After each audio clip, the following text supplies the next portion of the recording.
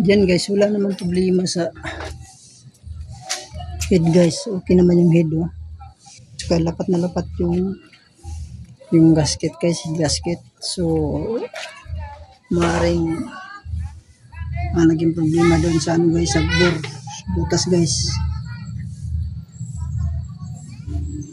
Butas ng sa liner guys. Sa liners guys, yung problema liner.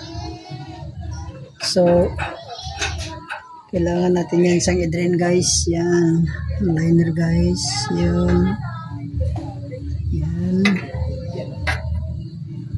Yan.